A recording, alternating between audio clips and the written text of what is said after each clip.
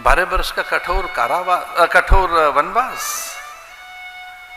1 साल का अज्ञातवास, जिसमें अर्जुन को वरहनला बनना पड़ा, युधिष्ठिर सचिव बने, उनके दरबारी, नकुल सहदेव को वहां गौओं को और घोड़ों को चराना पड़ा, उनके सेवा में लगना पड़ा, भीम पाचक बने, रसोईया बनना पड़ गया, और ये पट्टमहेशी याज्ञसेनी कृष्ण जो यज्ञ से उत्पन्न हुई द्रौपदी,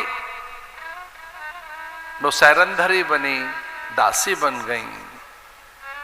पहले ही दिन ना कह दिया था पटरानी ने, महारानी ने, विराट रानी ने कि आपके सुकोमल हाथ देखकर, आपके मस्तक का तेज देखकर, आपके देह कांति देखकर, देह दीप्ति नवलता देखकर, आप में अपूर्व ओज देखकर, आप में एक विलक्षण सुगंध देखकर, आपके नेत्रों की आभा प्रभा देखकर, आपकी उपस्थिति भास आभास को देखकर लगता है कि आप इंदिरा से, सची से, इंद्राणी से कम नहीं है। आप देवलना लगती हैं, आप सामान्य स्त्री लगती ही नहीं।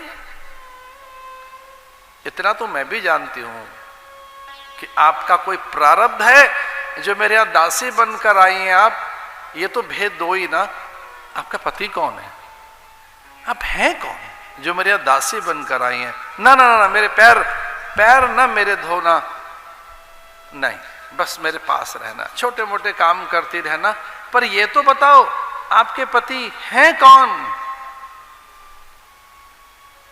द्रौपदी उत्साह में बोल गई। इतना उत्साह उनको नहीं कहना चाहिए था, लेकिन उनके मुंह से निकल गया। उन्होंने कभी झूठ बोला ही नहीं था। द्रौपदी जानती ही नहीं थी मिथ्या बोलना। महारानी द्रौपदी, कृष्ण प्रिया, कृष्ण की एक प्रकार से सर्वस्व। उद्धव को यह बताया था भगवान ने कि जितना बल मेरे पास है, जो बल मैं रखता हूं, जो ईश्वरीय बल मेरे पास है उद्धव, उतना ही द्रौपदी के संकल्प में बल है। द्रौपदी उतनी ताकतवर है। इसे द्रौपदी में अप्रमेय बल है। वो जितनी ही बलशालिनी है, वो पराम्बा है, जगदम्बा है, भवानी है, जया है, नित्य मुक्ता, सामान्य नहीं है। महाभारत का आधार वही है। तो जब वो दासी बनकर 1 साल के लिए वहां गई विराट के यहां, विराट नगर में छुपने के लिए, हमें दासी रख लीजिए, वो समझ गई थी ये सामान्य नहीं है स्त्री, लेकिन पूछने लगी तेरे पति कौन है? आप सौभाग्यवती स्त्री दिख रही हैं, आपके पति कौन है? और द्रौपदी के मुंह से निकल गया कि कौन से एक पति की बात कहूं, मेरे तो 5 पति हैं। किस पति की बात पूछ रही हैं आप? बड़े की, सबसे छोटे की, बीच वाले की बात बताऊं? किसकी कहूं? 5 पति हैं। संभल गई। उनको लगा भेद खुलने जाएगा, संभल गई। विराट रानी ने पूछा तो हैं कहां पति? बोले मेरे पति योजना के अनुसार यही बताया गया था, कहना गंधर्व हैं। युधिष्ठिर ने कहा था कि योजना यही है, द्रौपदी से बार बार पूछा जाए कि पति कौन है तो कहे गंधर्व हैं, कहीं वो तप कर रहे हैं, समय पर ही प्रकट होंगे।